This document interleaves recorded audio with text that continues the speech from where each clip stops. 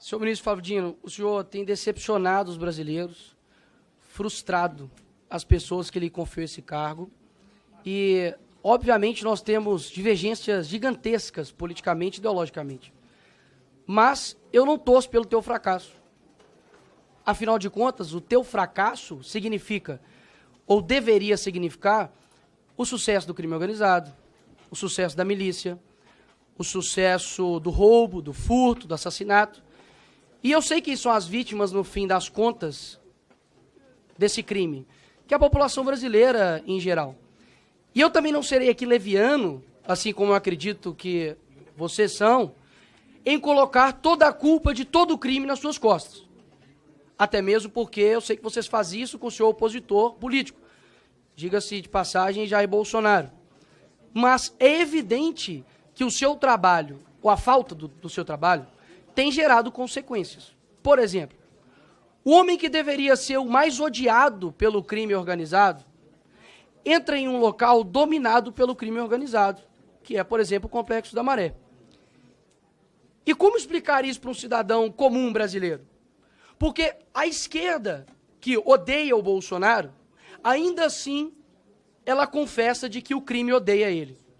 E odeia, inclusive, o ex-ministro da Justiça, Sérgio Moro, que inclusive teve ameaças, né, de matar a sua família. Pelo que me parece, o senhor não demonstra nenhum ofensivo potencial ao crime, nenhum risco a eles. Afinal de contas, quando você olha a sua contundência com relação ao dia 8, e de fato, quem errou tem que ser punido, mas um cidadão comum brasileiro, ele pesquisa lá as suas declarações, por exemplo, no Twitter, né, uma mídia que o senhor gosta de falar, e gostaria que o senhor prestasse atenção, porque eu prestei atenção no senhor. Ouvir a verdade deve ser complicado, né, senhor ministro? Mas se puder parar meu tempo, que o ministro está incomodado com alguma coisa. Se puder parar meu tempo, por gentileza. Interrompe o tempo um minutinho. O ministro está dizendo aqui que está fugindo da pauta. Eu já expliquei aqui como que eu conduzo essa comissão. Só um minuto. O deputado é livre para falar o que quiser e o ministro responde o que quiser. O deputado pode falar sobre qualquer assunto. Então, deputado Nicolas. É a primeira vez que eu vejo um ministro sem medo de ir na maré, mas com medo de perguntas. Enfim. Voltando aqui ao tema, senhor ministro. O senhor é muito contundente com relação à baderna que ocorreu aqui no dia 8. Inclusive, diversas declarações, os chamando de terroristas. E um cidadão comum brasileiro verifica isso, por exemplo, no seu Twitter. Mas eu peço ao povo brasileiro que coloque lá PCC. Vai ter 2 menções somente. Inclusive defendendo, dizendo que não há nenhum atrelamento entre o PCC e PT. Quando você pesquisa lá Comando Vermelho, não há nenhum tipo de menção no seu Twitter sobre o Comando Vermelho. E isso causa uma estranheza muito grande. Uma pessoa que tem uma contundência muito grande para ir para cima de baderneiros, que de fato acredito que são, mas não dá nenhum tipo de declaração contundente, como, por exemplo, o maior crime organizado que há no Brasil, que é o PCC. Nós vemos o tipo de foco do senhor, para mim é muito estranho, muito difícil de explicar, confesso. Quando, por exemplo, nós temos aviões sendo atirados pelo crime organizado no Rio de Janeiro, você tem 35 ônibus pegando fogo, e a tua prioridade é processar o influenciador porque ele ofendeu, lhe chamando de gordola. Quando nós olhamos tudo isso, é muito difícil de explicar.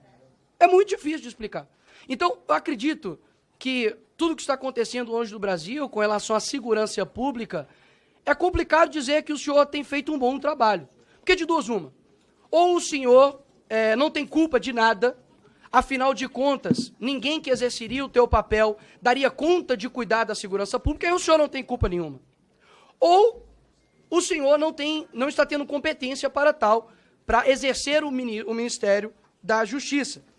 E ainda dá um péssimo exemplo, dizendo que não viria até a Comissão de Segurança Pública, porque há pessoas aqui armadas e por conta de divergências políticas, o senhor estaria com a sua integridade física atingida. Isso fere não somente aqui o parlamento, mas além de tudo de ser uma mentira. Porque os deputados não vêm aqui trabalhar armados, senhor ministro. E o senhor sabe disso, ou ao menos deveria saber, como o senhor gosta de insinuar para as pessoas. Agora, quando nós olhamos para para os outros demais acontecimentos, a tua eloquência, o teu discurso, a tua fala, né, o teu deboche, o teu desrespeito, vem perdendo a graça. Inclusive, até a própria velha mídia tem te descrito o senhor como animador, né, de auditório. Porque o teu discurso, ele não sobrepõe a realidade das pessoas, horas. A realidade que vê um ministro focando em fiscalizar a oração de pastor, mas não vê um ministro atuante no que se diz respeito aos crimes que estão acontecendo no dia a dia. Ou seja, eu não estou aqui para poder torcer pelo teu fracasso, ministro Flávio Dino.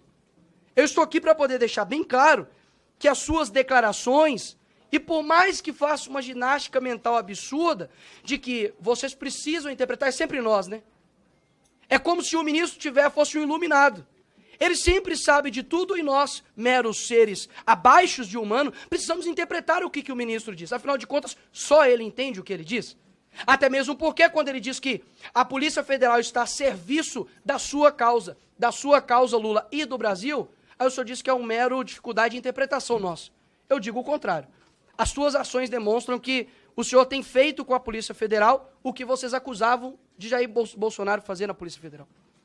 E agora nós temos uma brusca absurda de apreensão de cocaína e maconha, por exemplo.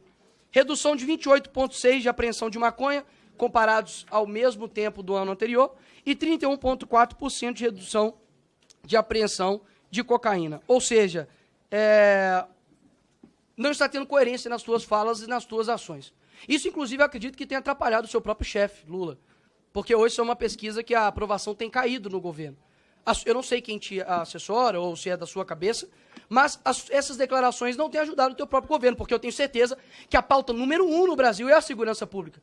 Ou seja, quando a pessoa vai trabalhar e ver um ônibus queimado, e vê lá, coloca no Google, Dino processa, e vê que não tem nenhum tipo de atuação contra, de fato, crime organizado, mas somente o trabalho padrão já da Polícia Federal, que tem feito, a pessoa sente-se frustrada.